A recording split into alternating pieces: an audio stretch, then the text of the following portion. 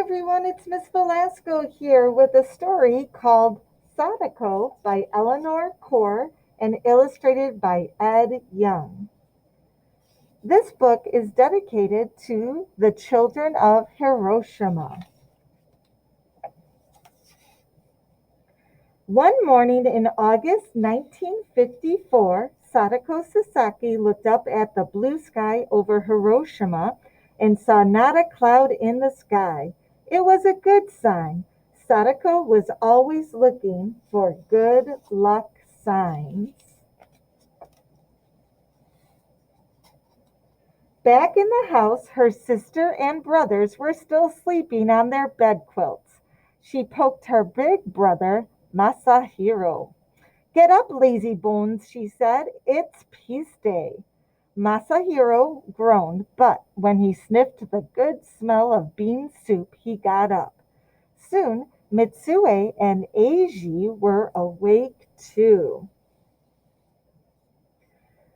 Rushing like a whirlwind into the kitchen, Sadako cried, "Mother, can we please hurry with breakfast? I can hardly wait for the carnival." "You must not call it a carnival," her mother said. "It is a memorial day for those who died when the atom bomb was dropped on our city. Your own grandmother was killed, and you must show respect." "But I do respect Obasan," Sadako said. "It's just that I feel so happy today."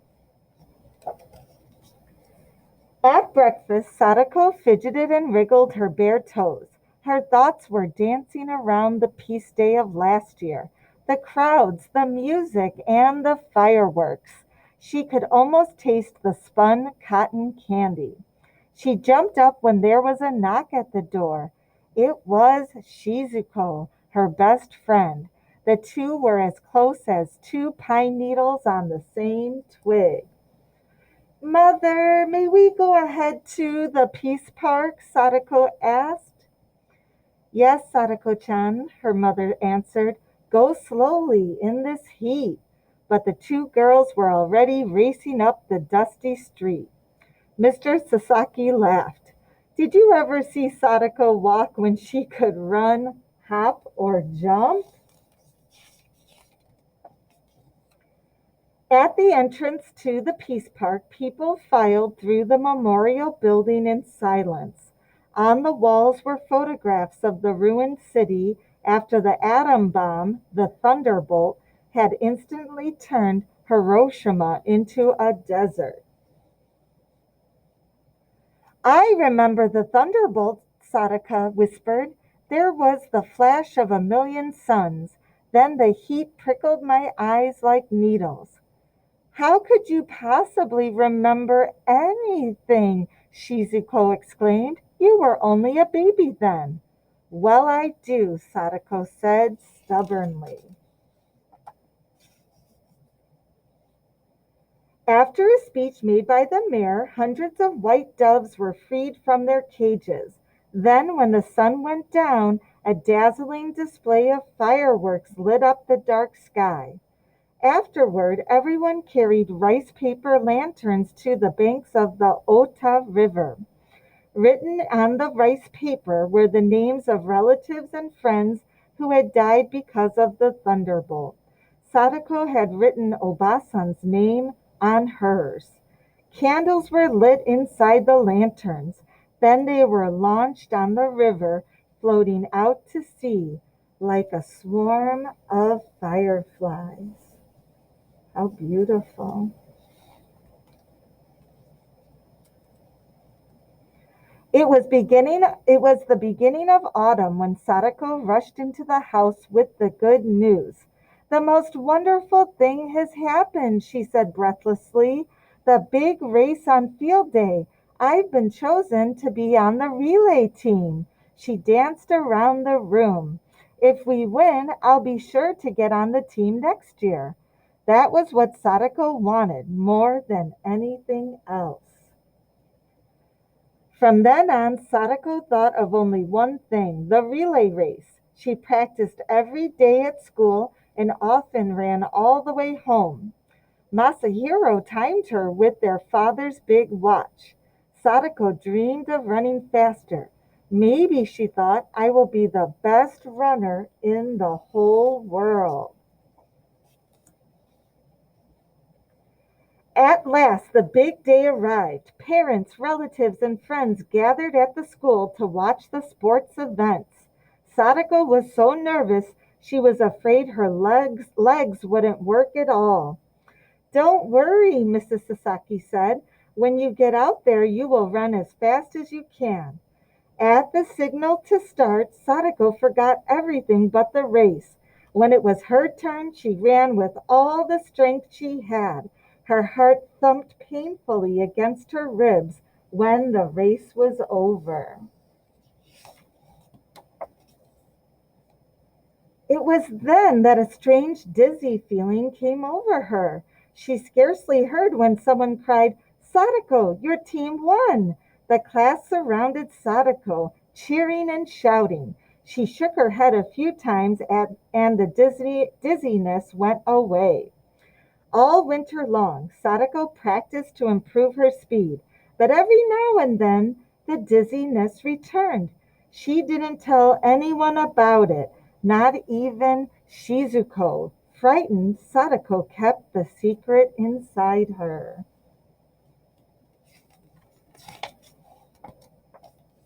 On New Year's Eve, Mrs. Sasaki hung good luck symbols above the door to protect her family all through the year. As soon as we can afford it, I'll buy a kimono for you, she promised Sadako. A girl your age should have one. Sadako politely thanked her mother, but she didn't care about a kimono. She only cared about racing with the team next year.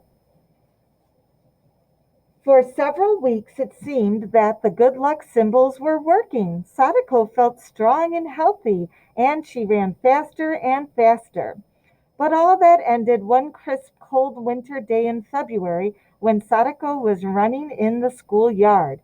Suddenly, everything seemed to whirl around her, and she sank to the ground. Oh, no. Soon Sadako was in an examining room in the hospital where a nurse took some of her blood. Dr. Numata tapped her back and asked a lot of questions. Sadako heard the doctor say the word leukemia. That was the sickness caused by the atom bomb. She put her hands over her ears, not wanting to hear any more. Mrs. Sasaki put her arms around Sadako. You must stay here for a little while, she said, but I'll come every evening. Do I really have the atom bomb disease? Sadako asked anxiously. The doctors want to take some tests, that's all, her father told her. They might keep you here a few weeks. A few weeks? To Sadako, it seemed like years. What about the relay team? When her family had left for the night, Sadako buried her face in the pillow and cried for a long time. She had never felt so lonely. The next day Shizuko came to visit, smiling mysteriously. Close your eyes, she said. Sadako held her eyes tightly shut. Now you can look. Sadako stared at the paper and scissors on the bed. What's that for? I've figured out a way for you to get well, Shizuko said proudly. Watch. She cut a piece of gold paper into a large square and folded it over and over until it became a beautiful crane. Sadako was puzzled. But how can that paper bird make me well? Don't you remember that old story about the crane? Shizuko asked. It's supposed to live for 1,000 years. If a sick person folds 1,000 paper cranes, the gods will grant her wish and make her well again. She handed the golden crane to Sadako. Here's your first one. Thank you, Shizukan-san, Sadako whispered. I'll never part with it. That night, Sadako felt safe and lucky. She set to work folding cranes, and Masahiro hung them from the ceiling. Why, in a few weeks she would be able to finish the 1,000 cranes and go home, all well again. 11. I wish I'd get better. 12. I wish I'd get better.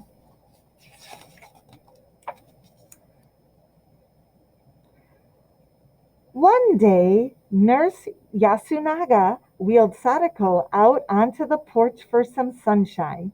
There, Sadako met Kenji. He was 9 and small for his age, with a thin face and shining dark eyes. Soon the two were talking like old friends. Kenji had been in the hospital a long time, but his parents were dead and he had few visitors. "It doesn't really matter," Kenji said with a sigh, "because I'll die soon. I have leukemia from the bomb." Sadako didn't know what to say. She wanted so much to comfort him. Then she remembered. "You can make paper cranes like I do," she said, "so that a miracle can happen." "I know about the cranes," Kenji said quietly, "but it's too late. Even the gods can't help me now." That night Sadako folded a big crane out of her prettiest paper and sent it across the hall to Kenji's room. Perhaps it would bring him luck. Then she made more birds for her own flock. 198. I wish I'd get better. 199. I wish I'd get better. One day Kenji didn't appear on the porch, and Sadako knew that meant Kenji had died. Late that night Sadako sat at the window, letting the tears come.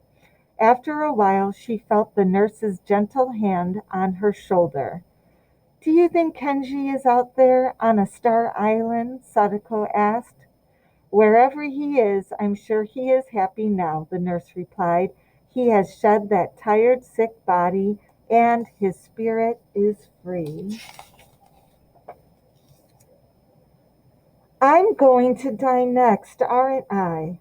"Of course not," Nurse Yasunaga answered with a firm shake of her head. "Come, let me see you fold another crane before you go to sleep. After you finish 1,000, you'll live to be an old, old lady." Sadako tried hard to believe that. She folded birds and made the same wish. Now there were more than 300 cranes. In July it was warm and sunny, and Sadako seemed to be getting better. "I'm over halfway to 1,000 cranes," she told Masahiro, "so something good is going to happen." And it did. Her appetite came back, and much of the pain went away. She was going to go home for Obon, the biggest holiday of the year. Obon was a special celebration for spirits of the dead who returned to visit their loved ones on Earth. Mrs. Sasaki and Mitsue had scrubbed and swept the house, and the air was filled with smells of delicious holiday food. Dishes of bean cakes and rice balls had been placed on the altar. After they had eaten, Eiji handed Sadako a big box tied with a red ribbon. Slowly Sadako opened it. Inside was a silk kimono with cherry blossoms on it. Sadako felt hot tears blur her eyes. "Why did you do it?" she asked, stroking the soft cloth. "Silk costs so much money." "Sadako-chan," her father said gently, "your mother stayed up late last night to finish sewing it. Try it on for her." Mrs. Sasaki helped her put on the kimono and tie the sash. Everyone agreed that she looked like a princess. Sadako let out a happy sigh. Perhaps, just perhaps, she was home to stay. But by the end of the week, Sadako was weak again and had to return to the hospital. The class sent her a Kokeshi doll to cheer her up. Sadako placed it on the bedside table next to the golden crane. For the next few days, Sadako drifted in and out of a strange kind of half-sleep. Her parents sat beside the bed. "When I die," she said dreamily, "will you put my favorite bean cakes on the altar for my spirit and put a lantern on the Ota River for me on Peace Day?" Mrs. Sasaki could not speak. She took her daughter's hand and held it tightly. "Hush," Mr. Sasaki said. "That will not happen for many, many more years. Don't give up now, Sadako-chan. You have to make only a few hundred more cranes." As Sadako grew weaker, she wondered, did it hurt to die, or was it like falling asleep? Would she live on a heavenly mountain or star? She fumbled with a piece of paper and clumsily folded one more bird. 644. Her mother came in and felt her forehead. She gently took the paper away. As Sadako closed her eyes, she heard her mother whisper, "O flock of heavenly cranes, cover my child with your wings."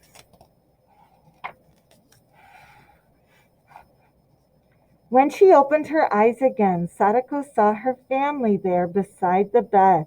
She looked around at their faces and smiled. She knew that she would always be a part of that warm, loving circle. Sadako looked up at the flock of paper cranes hanging from the ceiling. As she watched, a light autumn breeze made the birds rustle and sway. They seemed to be alive and flying out through the open window. Sadako sighed and closed her eyes. How beautiful and free they were.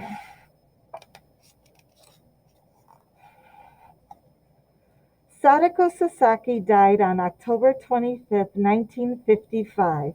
Her friends and classmates worked together to fold 356 paper cranes so that she would be buried with 1,000. In a way, she got her wish. She will live on in the hearts of all the people who hear her story. The class collected Sadako's letters and writings and published them in a book called Kokeshi, after the doll they had given her. A folded crane club was organized in her honor. Sadako's friends began to dream of a monument to her and all the children who were killed by the bomb. Young people throughout the country helped collect money. They wrote letters and shared Sadako's story. Finally, in 1958, their dream came true. Now there is a statue of Sadako at Hiroshima Peace Park. She is standing on the mountain of paradise, holding a golden crane in outstretched hands. Every year on Peace Day, children hang garlands of paper cranes under the statue. Their wish is engraved at its base. This is our cry. This is our prayer. Peace in the world. Yes, peace is so very, very important. And learning from Sadako's story and the history, hopefully our world can remain peaceful.